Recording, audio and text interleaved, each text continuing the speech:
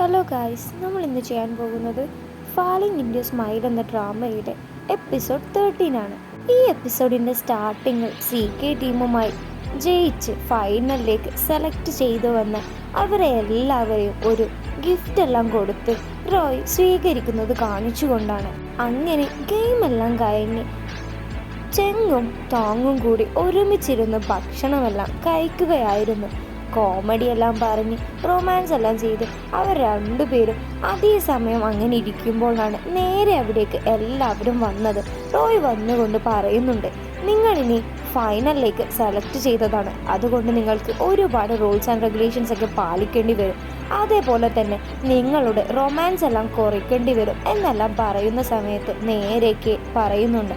അങ്ങനെയാണെങ്കിൽ ടോങ്ങിൻ്റെ റൂമിൽ 4 ചുമര് വെച്ച് അത് അടിക്കേണ്ടി വരും, അല്ലെങ്കിൽ എന്തായാലും നേരെ ചെങ്ങ് ടോങ്ങിൻ്റെ റൂമിലേക്ക് വരും.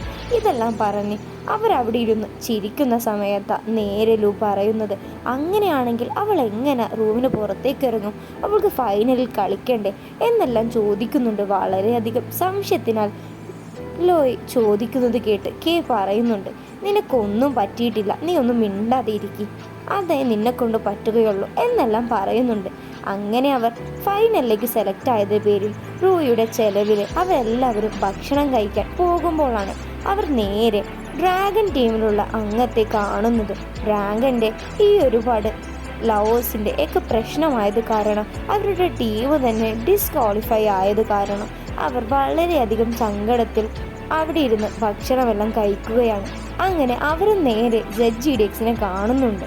അവരിലൊരാൾ നേരെ റൂയുടെ അടുത്ത് എണീച്ചു വന്ന്, നിങ്ങളെങ്കിലും ഫൈനലിൽ കപ്പടിക്കണം, ഞങ്ങളുടെ ആഗ്രഹമോ പോയി, ഇനി നിങ്ങളും അങ്ങനെ ആകരുത്, ഡ്രാഗൺ കാരണം ഞങ്ങളിനി 2 വർഷത്തേക്കാണ് ഡിസ്ക്വാളിഫൈ ആയത്, ഇനി 2 വർഷത്തേക്ക് ഞങ്ങൾക്ക് ഗെയിം തന്നെ കളിക്കാനായി പറ്റില്ല എന്നെല്ലാം അവൻ വളരെയധികം സങ്കടത്തോടെ പറയുന്നുണ്ട്.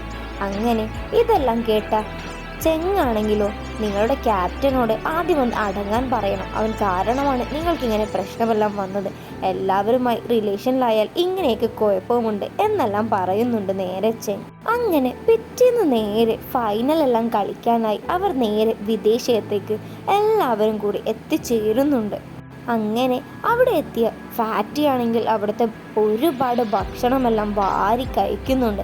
അങ്ങനെ ടോം പറയുന്നുണ്ട്, ഞാൻ നിന്നെ ശപിക്കുകയാണ്, നിനക്ക് വയറുവേദന പിടിച്ച് ഗെയിമൊന്നും കഴിക്കാൻ പറ്റാതെ ആകട്ടെ, നീ എൻ്റെ ഭക്ഷണം കൂടി എടുത്ത് കഴിച്ചു, എനിക്കിപ്പോൾ കഴിക്കാൻ ഭക്ഷണം വരെയില്ല, നീ എങ്ങനെ ഭക്ഷണം കഴിച്ചാൽ നിനക്ക് വയറുവേദനയായി, നിനക്ക് ഫൈനൽ കളിക്കാൻ പറ്റാതെ ആകട്ടെ എന്നെല്ലാം പറയുന്നുണ്ട്.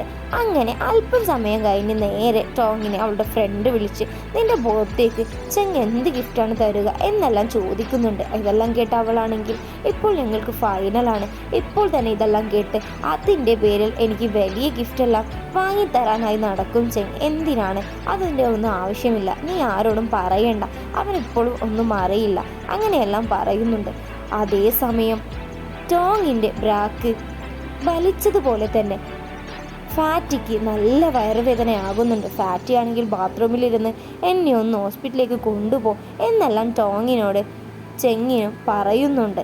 അങ്ങനെ അവർ നേരെ ഹോസ്പിറ്റലിലേക്ക് വന്ന് ഡോക്ടറെ കാണുന്നത് ഡോക്ടർ പറയുന്നുണ്ട്, ഇന്നൊരു ദിവസത്തേക്ക് അവനവിടെ അഡ്മിറ്റ് ആക്കിയേക്ക്, അല്ലാതെ ഫൈനൽ കളിക്കാനൊന്നും പറ്റില്ല, അങ്ങനെ ഒരു പ്രശ്നവുമില്ല എന്നെല്ലാം പറയുന്നുണ്ട്. അങ്ങനെ അവർ നേരെ ഫാറ്റിയെ കാണാൻ പോകുന്നതും ഫാറ്റി പറയുന്നുണ്ട്, അവസാനം നിന്റെ ബ്രാക്ക് വലിച്ചല്ലേ എന്നെല്ലാം പറയുമ്പോൾ നേരെ റോയ് ദേഷ്യം പിടിച്ചുകൊണ്ട്, നിനക്കറിയില്ലേ ഫൈനലാണ് എന്നത്, എന്നിട്ടും ഇത്ര ഭക്ഷണമെല്ലാം വാരിക്കൂരി കഴിക്കേണ്ട എന്താവശ്യമുണ്ട് എന്നെല്ലാം പറഞ്ഞ് വഴക്ക് പറയുമ്പോൾ ഫാറ്റി, ഞാൻ കഴിച്ച ഭക്ഷണമെല്ലാം പോയി, എനിക്ക് അല്പം ഒരു ബിസ്ക്കറ്റെങ്കിലും വാങ്ങിത്തരുമോ എന്നെല്ലാം പറയുമ്പോൾ റോയ്ക്ക് വളരെയധികം ദേഷ്യം പിടിക്കുന്നുണ്ട്. അതേസമയം ടോങ്ങിന് പാവം തോന്നി, ഒരു ബിസ്ക്കറ്റല്ല അവൻ ചോദിച്ചത്, അതങ്ങ് വാങ്ങിക്കൊടുത്തേക്ക് എന്നെല്ലാം ചെങ്ങിനോട് പറയുന്നുണ്ട്. അതേസമയം ചെങ്ങിൻ്റെ കയ്യിൽ ക്രെഡിറ്റ് കാർഡ് ഇല്ലാത്തത് കാരണം ചെങ്ങ് നേരെ ടോങ്ങിൻ്റെ കയ്യിൽ നിന്ന് അവളുടെ ക്രെഡിറ്റ് കാർഡെല്ലാം എടുത്ത് പോകുന്നുണ്ട്. അങ്ങനെ അവൻ ഷോപ്പിലെത്തി ബിസ്ക്കറ്റ് ബില്ലടിക്കാൻ നേരമാണ്. ടോങ്ങിൻ്റെ ബർത്ത്ഡേ ഇന്നാണെന്ന് നേരെ ചെങ്ങ് അറിയുന്നത്. അത് കണ്ടതും ടൈം ആവാനായ നേരത്ത് അവൻ ആ ബിസ്ക്കറ്റ് ഒന്നും വാങ്ങാതെ അവിടെ നിന്ന് വേഗം തന്നെ ഓടി പോകുന്നുണ്ട്. അതേസമയം ടോങ് ആണെങ്കിൽ അവളുടെ ബർത്ത്ഡേയുടെ ടൈം അടുത്തു വരുന്നത് കാരണം അവൾക്കൊന്ന് എന്തെങ്കിലും വിഷ് ചെയ്താലോ എന്നെല്ലാം ഓർമ്മ വരുന്നുണ്ട്. അങ്ങനെ അവൾ നേരെ എഴുന്നേറ്റ് പോയി നേരെ സ്കൈ എല്ലാം നോക്കി അവൾ വിഷ് എല്ലാം പറയുന്നുണ്ട്. അതേസമയം ബാക്കിൽ നിന്ന് ഹാപ്പി ബർത്ത്ഡേ എന്നെല്ലാം പറഞ്ഞ് അവരെല്ലാവരും അങ്ങോട്ട് കടന്നു വരുന്നുണ്ട്. ഇതെല്ലാം കണ്ട അവൾക്കാണെങ്കിൽ വളരെയധികം സന്തോഷം തോന്നുന്നുണ്ട്.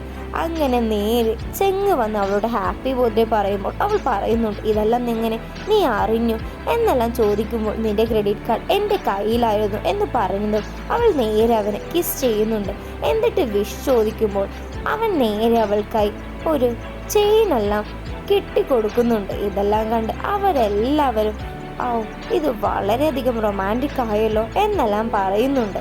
അങ്ങനെ അതേസമയം ഇതെല്ലാം കണ്ട് ദേഷ്യം പിടിച്ച ഫാറ്റി, ഇനി മതിയാക്ക്, ഇതൊക്കെ എൻ്റെ റൂമാണ്, ഞാനാണ് ഇവിടെ അഡ്മിറ്റ് ആയത്, എനിക്ക് ആ ബാക്കി കേക്ക് ഫുള്ളും തന്നേക്ക് എന്നെല്ലാം എല്ലാവരോടുമായി പറയുന്നുണ്ട്. ഇതെല്ലാം കേട്ട് എല്ലാവരും വളരെയധികം ചിരിക്കുന്നുമുണ്ട്. എന്നിട്ട് അവർ ആ കേക്കെല്ലാം കട്ട് ചെയ്ത് നാളെ ഗെയിമിനായി നല്ല പ്രാക്ടീസ് ചെയ്യണം എന്നെല്ലാം സംസാരിക്കുന്നുണ്ട്. അതേസമയം വിദേശത്തേക്ക് നേരെ എതിർ ടീമായ YQCBയും എത്തിച്ചേർന്നിരുന്നു. YQCBയിലുള്ള ഹീറോക്ക് വളരെയധികം പേടിയായത് കാരണം അവളുടെ ക്യാപ്റ്റൻ പറയുന്നുണ്ട്, നീ ഒരിക്കലും പേടിക്കണ്ട, ഫൈനലൊക്കെ അതങ്ങ് പോയിക്കോളും, സാധാ ഗെയിം കളിക്കുന്നത് പോലെ കളിച്ചേക്ക് എന്നെല്ലാം പറഞ്ഞ് അവനെ ആശ്വസിപ്പിക്കുന്നുണ്ട്. അങ്ങനെ നേരെ അവരുടെ ഫൈനൽ ആകുന്നുണ്ട്. സ്റ്റേജിലേക്ക് കയറാൻ പേടിയായ ടോങ്ങിനെ ചെങ്ങ് എന്തൊക്കെയോ പറഞ്ഞ് ആശ്വസിപ്പിക്കുന്നുണ്ട്.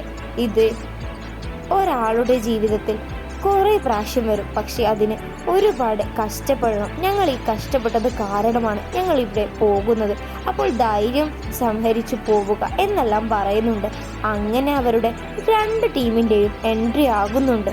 അവർ രണ്ടുപേരും വളരെയധികം പേടിച്ചിരുന്നെങ്കിലും അവരുടെ ക്യാപ്റ്റന്മാർ അടിപൊളിയായത് കാരണം അവർ അങ്ങോട്ടും ഇങ്ങോട്ടും സപ്പോർട്ട് ചെയ്യുന്നുണ്ട്. അങ്ങനെ വളരെയധികം ക്രൗഡെല്ലാം നിറഞ്ഞ ഒരു ഫൈനലായിരുന്നു അത്. അവരുടെ കപ്പെല്ലാം OPL കാണിക്കുന്നുമുണ്ട്. അങ്ങനെ ഇതെല്ലാം കാണിച്ചുകൊണ്ടാണ് ഈ എപ്പിസോഡ് ഇവിടെ അവസാനിക്കുന്നത്.